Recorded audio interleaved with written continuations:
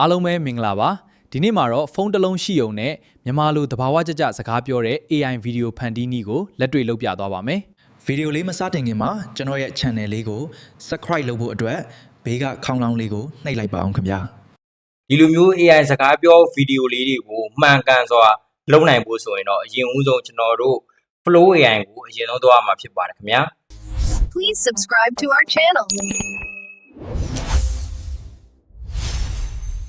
Flow AI ကိုသွားဖို့ဆိုရင်ကျွန်တော်တို့ဖုန်းထဲမှာရှိတဲ့ဒီ Chrome browser ကိုနှိပ်လို့ရပါတယ်ခင်ဗျာเนาะဒီ Chrome browser ကနေပြီးသွားလို့ရပါတယ်ကျွန်တော်ကတော့ဒီမှာ Chrome browser တစ်ချက်ဝင်လိုက်ပါမယ်เนาะဝင်ပြီးသွားပြီဆိုတာနဲ့ကျွန်တော်တို့ဒီမှာ Flow AI လို့ရိုက်ရှာလိုက်ပါကျွန်တော်တို့ဒီမှာရှာပြီးသားရှိပါတယ်ခင်ဗျာเนาะ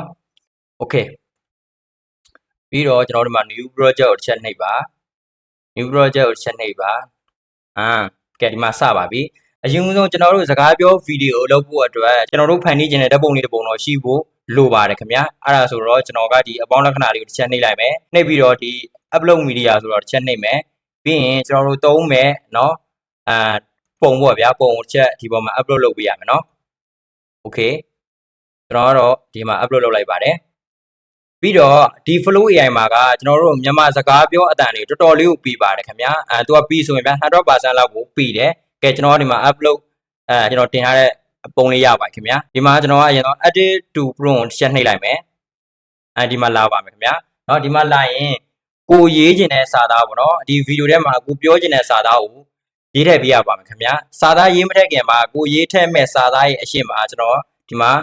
prompt လေးတစ်ကြောင်းအရင်ခံပေးရပါမယ်ဒီလိုမျိုးအင်္ဂလိပ်လို prompt လေးပါစိတ်မပူပါနဲ့ဒီအင်္ဂလိပ်လို prompt ကိုလည်းကျွန်တော်ရဲ့ဒီ description မှာကျွန်တော်ချပေးထားပါမယ် link ချပေးထားပါမယ်เนาะဒီ prompt လေးကို copy ယူပြီးတော့ကိုပြောခြင်းတဲ့စကားလုံးရဲ့အရှင်းမှာထည့်ပေးလိုက်ရုံပါပဲခင်ဗျာเนาะကဲဒီမှာကျွန်တော်ကတော့အရင်ဆုံးကျွန်တော်เนาะဒီမှာအစမ်းလုပ်ပေးလိုက်မယ်เนาะ okay အဲ့တော့ကျွန်တော်တို့ကဒီမှာရွေးရမှာကဒီမှာ video ရွေးရမယ် video ရေးရမယ်ဒီမှာ ingredient ကိုရွေးမယ်ပြီးတော့ဒီမှာကိုထားခြင်းတဲ့ ratio ပေါ့နော်9:16လည်းရတယ်16 ratio 9လည်းရတယ်ခင်ဗျာเนาะဒီမှာကတော့ဒါက1 2 3 4ဆိုတာကတော့ကိုက video တစ်ပုတ်လားနှစ်ပုတ်လားသုံးပုတ်လားပေါ့နော်ကိုကရွေးလို့ရပါတယ်ဒီ model နေရာမှာကြတော့ဘာထားရမလဲဆိုတော့ဒီ vino ဒီ v3.1 like ကိုပဲထားပါเนาะသူကဆိုရင်တစ်ခါထုတ်ရင်ကျွန်တော်တို့မှာ credit 10ခုကုန်ပါမယ်ခင်ဗျာเนาะဒီ Flow AI ကတစ်နေ့ကို free credit အခု90ပေးပါတယ်เนาะကျွန်တော်တို့အနည်းဆုံးဗီဒီယို5ခုလောက်ထုတ်လို့ရပါတယ်ခင်ဗျာ okay ကျွန်တော်တို့ဒီမှာစာသားလေးတွေရေးထည့်ပြီးသွားပြီဆိုရင်တော့ကျွန်တော်တို့ဒီဘေးနားမှာရှိတဲ့မြားလေးကိုတစ်ချက်နှိပ်ပေးလိုက်ပါမယ်ခင်ဗျာဒီဘယ်လိုထွက်လာမလဲဆိုတော့တစ်ချက်လောက်စောင့်ကြည့်ပေးပါဒီလိုမျိုး AI နည်းပညာနဲ့ပတ်သက်တဲ့ဒီ free AI တို့အကြောင်းတွေတခြားဘာညာတတကအကြောင်းတွေကိုသိကျင်နေဆိုရင်တော့ကျွန်တော်ရဲ့ channel လေးကို like and subscribe လုပ်ပေးခဲ့ပါအောင်ခင်ဗျာเนาะအားလုံးတို့အကျိုးရှိမယ်ထင်ရင်တော့ share ပေးသွားပါခင်ဗျာစကားပြောတာကတော့တော်တော်လေးကိုပြီးရဗျာเนาะပြီးဆိုတော်တော်လေးကိုပြီးတယ်အဲ့အတွက်ကြောင့်ကျွန်တော်လည်းအရန်ကြိုက်ပါတယ်ကျွန်တော်ခု share တိုင်းလုပ်ပေးလိုက်တဲ့အခါမှာလည်းဟိုပါလေအသုံးဝင်တဲ့တူတွေလည်းအများကြီးရှိမှာပါအဲ့အတွက်ကြောင့်အားလုံးပဲအဆင်ပြေကြပါစေခင်ဗျာဒီမှာဗီဒီယိုလေးကိုတော့ခဏစောင့်ပေးပါเนาะဒါကတော့ကိုယ့်ရဲ့ internet line ပေါ်ကိုမူတည်ပြီးတော့ဗီဒီယိုအနည်းမြန်တော့ရှိပါတယ်ခင်ဗျာเนาะတော့ခဏစောင့်ပေးလိုက်မယ်ပြီးတော့ဒီဗီဒီယိုမှာကျွန်တော်စကားပြောဗီဒီယို2ပုတ်လောက်ထုတ်ပြသွားမယ်ဗျာเนาะ2ပုတ်3ပုတ်လောက်ထုတ်ပြသွားမယ်ကဲဒီမှာရလာပါပြီရလာရင်တော့ကျွန်တော်တို့ဗီဒီယိုလေးတစ်ချက်ထောက်လိုက်ပါထောက်ပြီးရင်တော့ဗီဒီယိုလေးမစတင်ခင်မှာကျွန်တော်ရဲ့ channel လေးကို subscribe လုပ်ဖို့အတွက်ဘေးကခေါင်းလောင်းလေးကိုနှိပ်လိုက်ပါအောင်ခင်ဗျာနောက်တစ်ခါပြန်အားထောင်ပါခင်ဗျာဗီဒီယိုလေးမစတင်ခင်မှာကျွန်တော်ရဲ့ channel လေးကို subscribe လုပ်ဖို့အတွက်ဘေးကခေါင်းလောင်းလေးကိုနှိပ်လိုက်ပါအောင်ခင်ဗျာဟုတ်ကဲ့ပါတော်တော်လေးကိုပြီးပါတယ်เนาะကျွန်တော်နောက်ထပ်ဗီဒီယိုတစ်ပုတ်ထပ်ပြီးတော့စမ်းပြပါမယ်ကျွန်တော်တငယ်ချင်းတွေကိုเนาะနည်းနည်းလေးတော့စောင့်ပေးပါဒီ flow ကเนาะတခါတည်းကျရင်သူ error တက်ပါတယ်เนาะကိုယ့်ရဲ့ဟာကကိုထုတ်လိုက်တဲ့ဗီဒီယိုကသူတို့ရဲ့ဗာလဲ policy ဘိုင်းနဲ့ညှိရင်သူကဗီဒီယိုမထုတ်ပေးပါဘူး fail သွားတတ်ပါတယ်เนาะအဲ့အတွက်ကြောင့်ကျွန်တော်ဒီ channel မှာဒီ account မှာမရရင်နောက်ထပ်တစ် account ကျွန်တော်ထပ်ထုတ်ပြပါမယ်เนาะရလာမရလာတော့ကန်တရားပါပဲပြီးတော့ကျွန်တော်ထူပြောချင်တာကဘာလဲဆိုတော့ဒီလိုမျိုးပဲမြန်မာစကားပြောဗီဒီယိုတွေထုတ်တဲ့နေရာမှာနီလန်းလေးတော့ရှိပါတယ်အဲ့ဒါကဘာလဲဆိုတော့ကျွန်တော်တို့မြန်မာစကားမှာရေးတော့အမှန်ဖတ်တော့အတန်ဆိုတာရှိပါတယ်အဲ့ဒီအတွက်ကြောင့်ကျွန်တော်တို့ပါဇက်ကထွက်တဲ့အတန်ပေါ်မူတည်ပြီးတော့စာသားကိုစလုံးပေါင်းရေးပေးလိုက်ရင်တော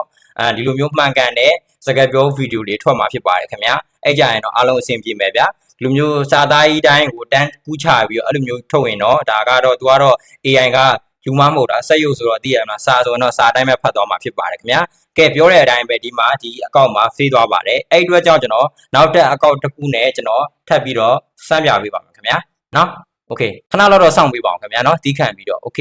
အေးစေးပေါ့ဟုတ်ကဲ့ပါဒါကတော့ကျွန်တော်ရဲ့ Gmail နောက်ထပ်တစ်ကောက်ပါခင်ဗျာနော်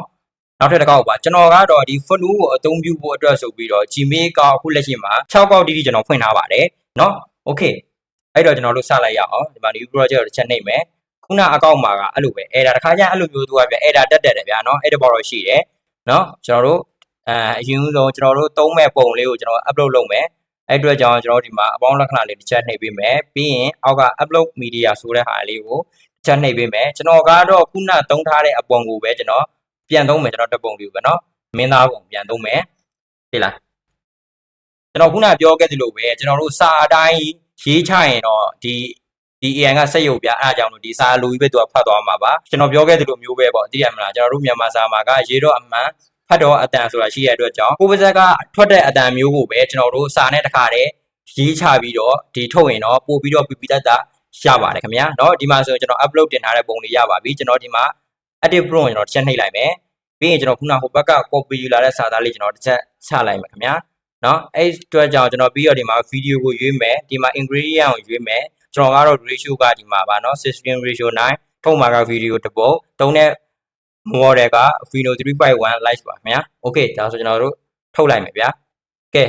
ရပါလေဗျာရပါလေเนาะဒီအကောက်ကခုမှစအောင်ဆုံးထုတ်တာ Gmail အကောက်အနည်းဆုံး10ကောက်လောက်ရှိထားရင်တော့တနေ့ကိုအပုံ50လောက်တော့ free ထုတ်လို့ရတယ်ဗျာเนาะကျွန်တော်တို့ဟိုကဗာလဲ pro plan ဝင်တော့မှတစ်လောက်မှာ credit က1000ပဲရတာဗျာကျွန်တော်တို့မှာ Gmail အကောက်တွေဒါများရှိမယ်ဆိုရင်တော့เนาะကျွန်တော်တို့ဒီ flow မှာအများကြီးဖန်တီးလို့ရပါတယ် Gmail ကောက်ဖွင့်နေဆိုတာကလည်းเนาะကိုယ်ကဖုန်းနံပါတ်ရှိရင်ဒါလည်း verify လုပ်ထားလို့ရပါတယ်အဲ့အတွက်ကြောင့်ကိုယ့်ရဲ့ border ရှိရဲ့ဖုန်းနံပါတ်ကိုလိုက်ငါပါကျွန်တော်ဆိုရင်လည်းကျွန်တော်အလုပ်မှာရှိတဲ့ကျွန်တော်တငယ်ချင်းတွေရဲ့ဖုန်းနံပါတ်ကိုလိုက်တောင်းတယ်ပြီးတော့ကျွန်တော် Google account တွေဖွင့်ပါတယ်ခင်ဗျာเนาะဒါကျွန်တော်ဆိုလည်းအခုလူတိုင်းကကျွန်တော်ကိုကြောက်နေကြပါတယ်ဖုန်းနံပါတ်တွေပေးရမှာကြောက်လို့ပါကဲဗီဒီယိုရလာပါပြီမြန်မာလိုပပီတတပြောနိုင်တာတငယ်ချင်းတို့ယုံကြပြီမှတ်လားโอเคတယ်နော်ကဲနောက်တစ်ခါတော့ထပ်နောက်ထောက်ကြည့်မယ်ဗျာငါကမြန်မာလိုပပီတတပြောနိုင်တာတငယ်ချင်းတို့ယုံကြပြီမှတ်လားโอเคတယ်နော်ဟုတ်ကဲ့ပါဒီလိုမျိုးပပီတတအတန်ကိုကြားကျင်နေဆိုရင်တော့ကျွန်တော်ခုနပြောခဲ့တဲ့နီလန်းတွေအတိုင်းရှောက်လုပ်မယ်ဆိုရင်တော့တကယ်ရပါတယ်ခင်ဗျာเนาะโอเคဒီဗီဒီယိုလေးကအားလုံးအတွက်အကျိုးရှိမယ်ဆိုရင်တော့ like and share လေးများပြုလုပ်ပေးကြပါအောင်ခင်ဗျာထုံးစံတိုင်းကျွန်တော်ရဲ့ channel ကိုတော့ like and subscribe များလုပ်ပေးခဲ့ကြပါအောင်ခင်ဗျာเนาะโอเคဒီနေ့ဗီဒီယိုကတော့ဒီလောက်ပါပဲခင်ဗျာအားလုံးပဲကျွန်တော်ရဲ့ HCR channel ကနေပြီးတော့နှုတ်ဆက်လိုက်ပါတယ်နောက်ထပ်ဗီဒီယိုတွေမှာပြန်လည်ဆုံတွေ့ကြမယ်ဘိုင်ဘိုင်